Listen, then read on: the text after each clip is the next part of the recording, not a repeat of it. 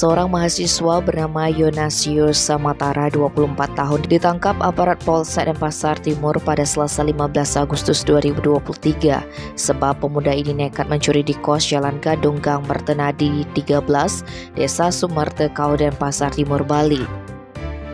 Mirisnya, korban ternyata tak lain adalah temannya sendiri. Kasih-Humas Polresta Denpasar AKP Iketut Sukadi menerangkan korban Franciscus Severius Saber, 24 tahun, awalnya bersama dua teman lainnya di tempat kejadian perkara pada Minggu 16 Juli 2023 malam.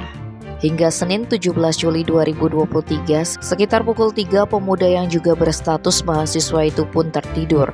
Kala itu pintu kos sudah tertutup, hanya saja tidak terkunci. Ketika korban bangun, korban dan rekannya dibuat kaget lantaran 3 handphone yang mereka charge sudah hilang. Korban pun melapor ke polisi. Menindaklanjuti laporan tersebut, tim Opsnal Reskrim Polsek Denpasar Timur melaksanakan penyelidikan. Hingga diketahui posisi pelaku berada di Jalan Seroja, Denpasar Utara. Tanpa buang waktu, aparat meringkus mahasiswa asal Watu Motang, Kabupaten Manggarai Barat, NTT tersebut. Saat diinterogasi, Yonasius membeberkan awal mula aksinya tega mencuri HP teman.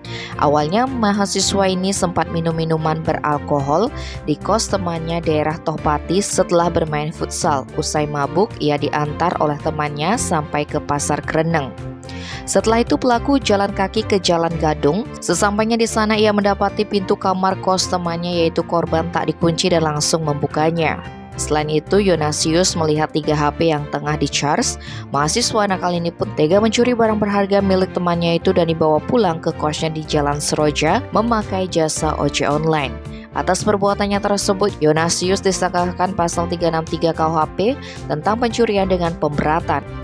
Ia terancam pidana paling lama 7 tahun. Tim Bali Express melaporkan.